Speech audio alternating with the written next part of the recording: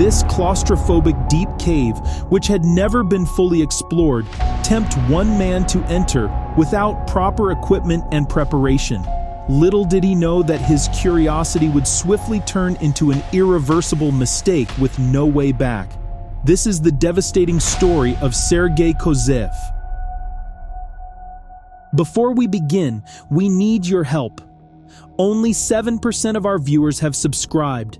By subscribing, liking this video, and hitting the bell icon, you can help us create even more great content and keep up with our latest uploads.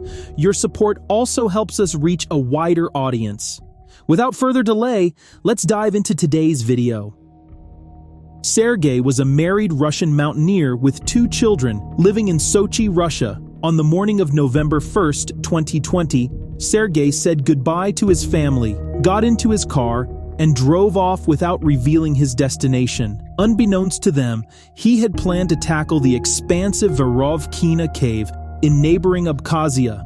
He was an avid sportsman in peak physical condition who enjoyed running marathons and participating in various athletic activities. He often went solo trekking or mountain climbing. Despite his limited experience, having only caved twice in his hometown, Sergei believed it would be thrilling to traverse the Veryovkina Cave alone. This time, he went to Abkhazia, a region of Georgia that is home to the 4 deepest known caves in the world, including the Veryovkina Cave. A foreboding labyrinth known for its extreme depth of about 7,200 feet is not for the faint of heart.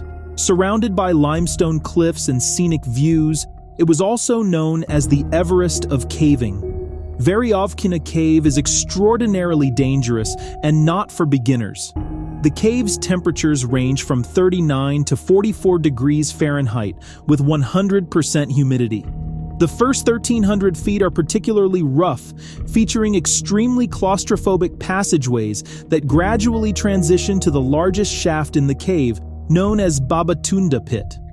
Further down, at around 2,600 feet, small rivers and tributaries appear, making the cave damp and even flooded in parts. Some sections require tiptoeing along narrow passages, praying not to fall into the water. Diving groups descend to the bottom with gear to explore these sumps, a perilous activity given the cave's inherent dangers, including rockfalls and sudden floods.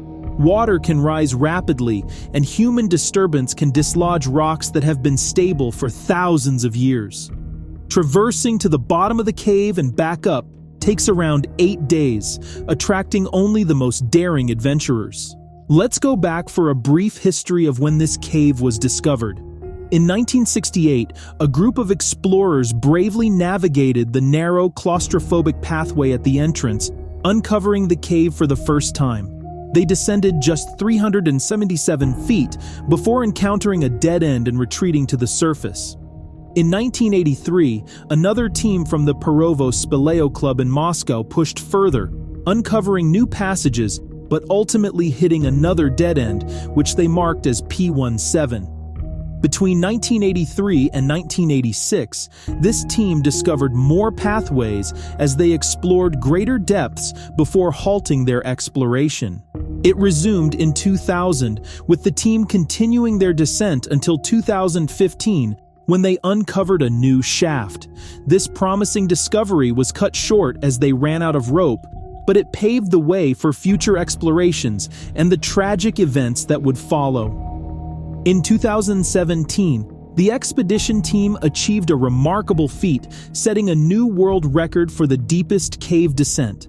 Inspired by their success, the team, led by Pavel Demidov, returned in September 2018. This time, they were joined by English cave photographer Robbie Schoen. As they ventured into the cave, the team narrowly escaped a flood caused by a rainstorm, which filled the lower level of the cave. After a long drive to Abkhazia, Sergei parked in a remote location and trekked to the cave entrance. He transferred his belongings into 3 transport bags, hung a rope, and without hesitation, descended into the almost vertical shaft of Veryovkina Cave, guided only by screenshots of the cave on his phone and a small printed map. Although he was a true amateur, Sergei continued his descent into the more technically challenging parts of the cave. Once he reached the first permanent camp at 2,000 feet, he spent around a week there. This fixed camp provided a crucial resting spot, stocked with emergency equipment for any unforeseen dangers. Sergei managed to descend 3,600 feet, which was an impressive feat equivalent to 11 soccer fields of hard caving.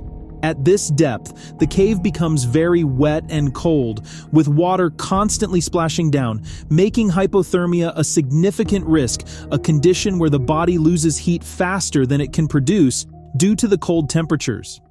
However, problems arose as the water level increased rapidly, and Sergei's equipment, woefully inadequate for these harsh conditions, added to his plight.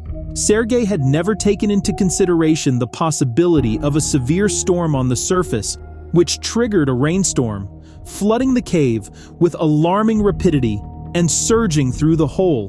When Sergei noticed water starting to flood the floor below him, he knew he had to climb back up. But he was missing a critical item: stirrups that are used to support a climber and aid in mounting. At this point, he had to rely solely on his muscles. The old harness he wore bit into his skin, and the frayed rope he relied on was far too thin for a secure ascent. His hands, numb and raw from the cold and the rough rock, struggled to maintain a grip. Exhaustion set in quickly. Every muscle in Sergei's body screamed in protest with each attempt to pull himself upward on the rock face, slick with moss and moisture. His fingers, frozen and stiff, could barely curl around the protruding rocks that might offer some hope of stability. Sergei's thoughts began to blur. His vision swam, and his mind, clouded by hypothermia, could no longer focus on the mechanics of climbing. He slipped again. He knew he had to turn back, but even that simple decision seemed impossible to achieve. His earlier efforts to climb had drained him of the strength needed to pull himself up. Finally, Sergei gave up. He collapsed at the base of the rope, his body curled into a fetal position as if to preserve what little warmth he had left.